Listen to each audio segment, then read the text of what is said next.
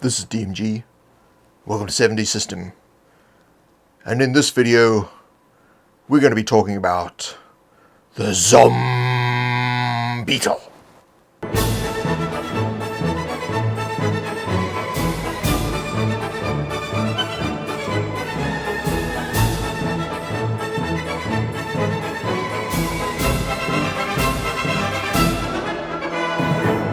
Zom. The sound of the Zom Beetle beating its flightless wings to attract a mate.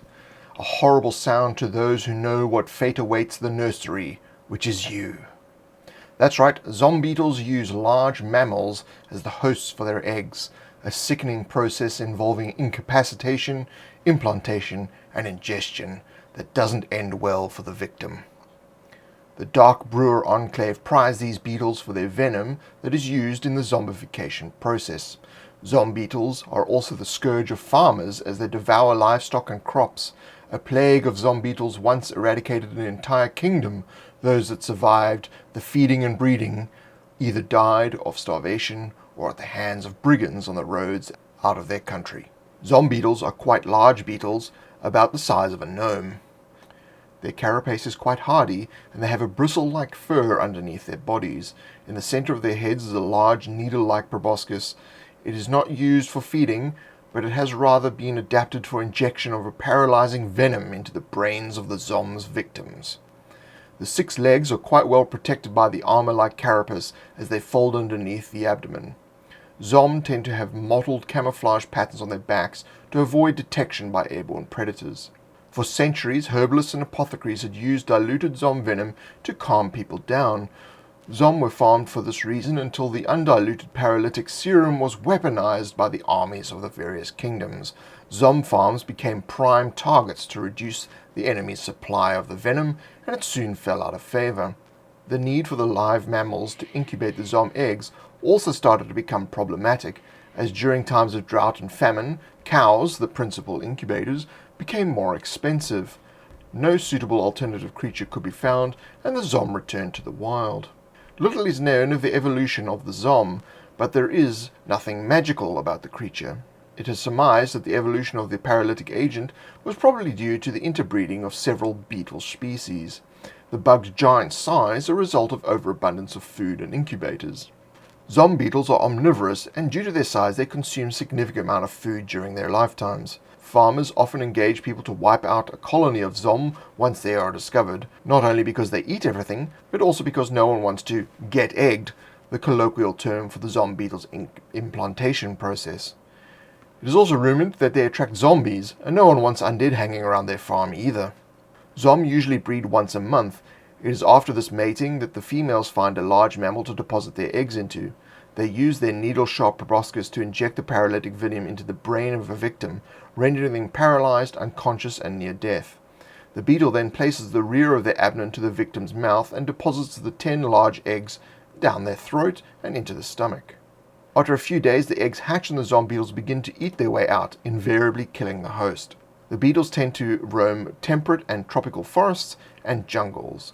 They are particularly at home in the outskirts of farmland in surrounding forests. They will venture into bushland, but are more vulnerable to airborne predators. Zomm are particularly favored meals of giant eagles and falcons that come from the mountains to hunt. Zomm form small colonies of beetles, mainly to maintain a breeding relationship. Males and females are almost indistinguishable from one another. They can also be found around zombies. This is a byproduct of the Zomm serum used in the zombification process. Zom beetles believe zombies to be other beetles, and vice versa.